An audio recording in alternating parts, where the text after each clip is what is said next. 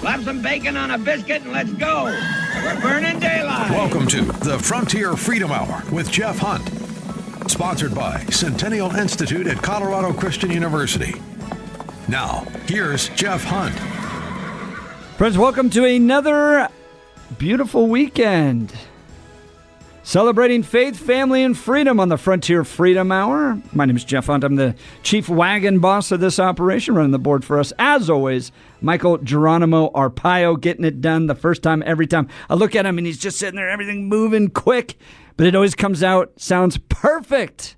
We're so grateful for our partnership with Salem Media, broadcasting down in Colorado Springs and up here in Denver and worldwide via our podcast, FrontierFreedomRadio.com, FrontierFreedomRadio.com. If you're listening to the Frontier Freedom Hour for the first time, we cover issues facing the Western United States from a Christian conservative perspective.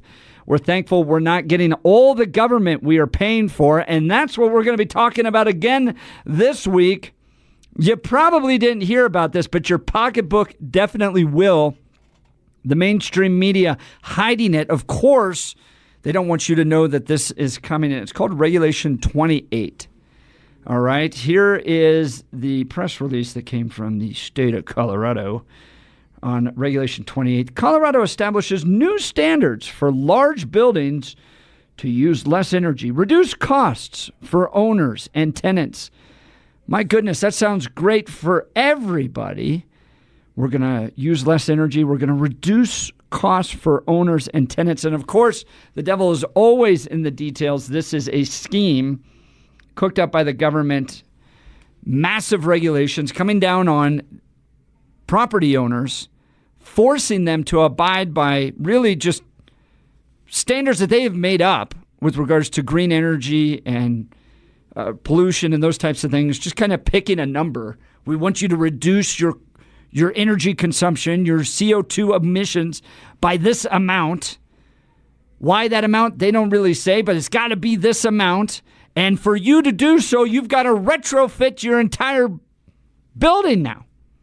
You've got to fix everything, the windows, the insulation, the heating, the air conditioning, the energy, all of that is going to have to be fixed now on buildings over a certain size.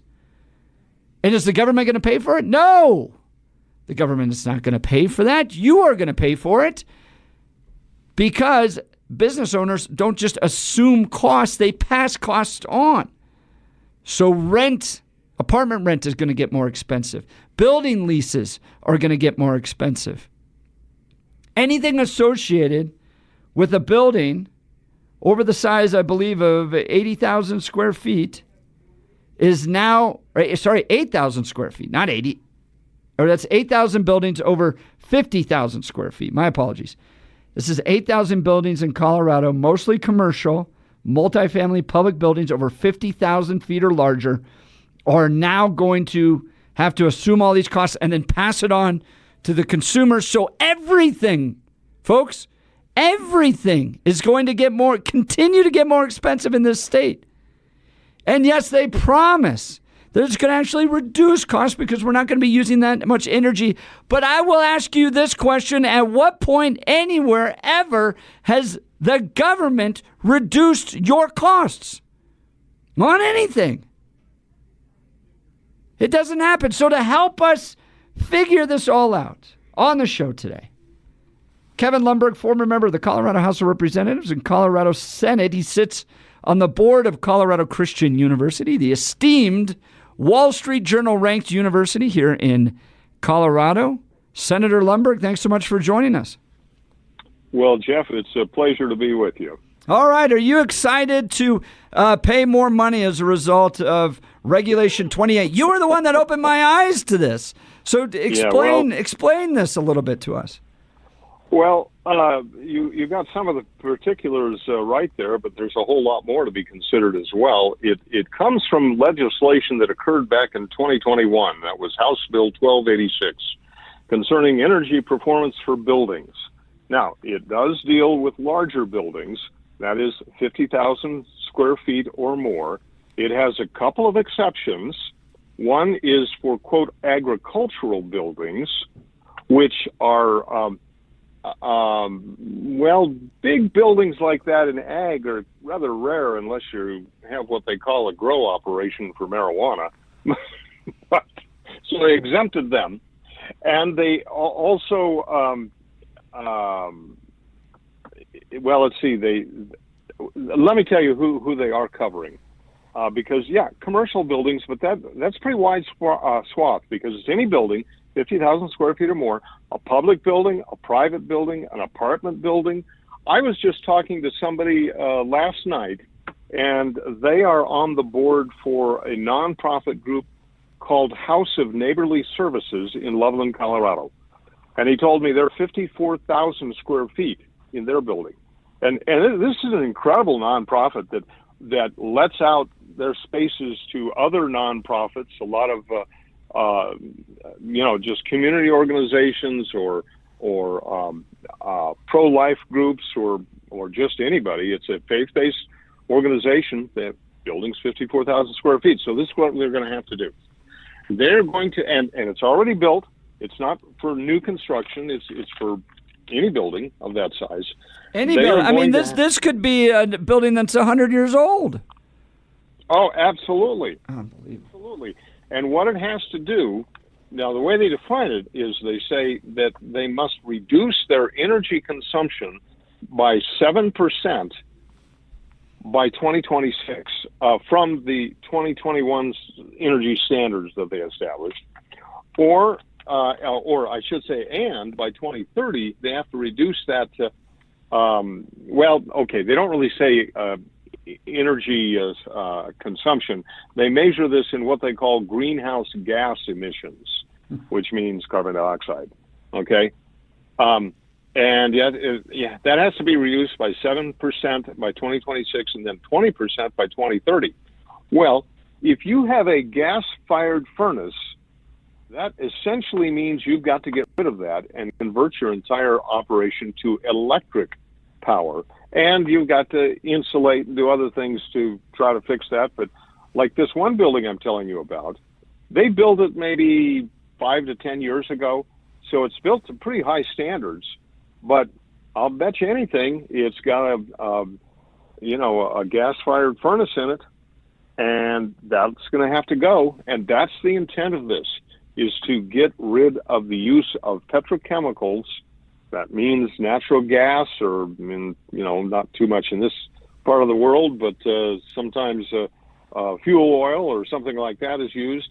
Or if you've got let's say that you've got a restaurant and they've got some gas-fired appliances. They're called stoves, commercial stoves. Well, those have to go too. If in order to meet their standards, I mean, maybe they could fit it in some little niche somewhere.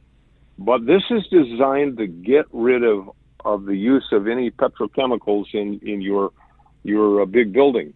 I was going to say, do you remember when they mocked us, the left mocked conservatives for saying, of course we don't want to ban gas stoves. There's just a conspiracy ginned up by conservatives, and then lo and behold, this is exactly what they're doing. Yeah, well, it is a conspiracy, and it's on their part to get rid of our lifestyle, basically, and to try to force us. Now, I'm a fan of renewable energy. My home runs off solar power.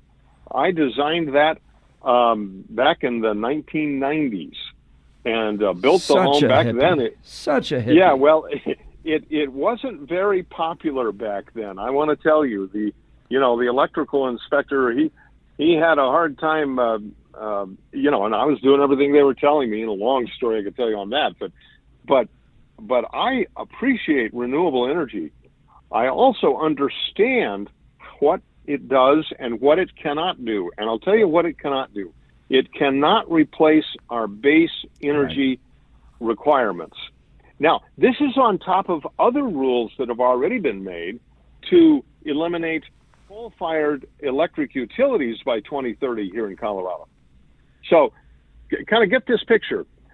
For the large buildings, and this isn't even going to talk about the electric cars that they're forcing on us, but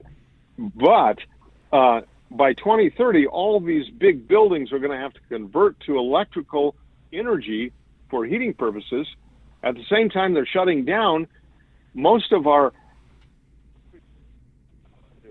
production systems in this state, and it's a big mess that's going to do more than cost money. It's going to really restrict what people can and cannot do in their lives.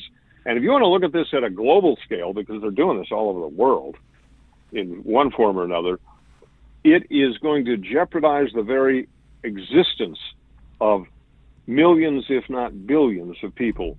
And some on that side have actually admitted that and said, yeah, we want most of the people to go away. Well, that's a euphemism for we want to kill most of the population so the rest of us can live in comfort on a pristine planet. Well, so they think.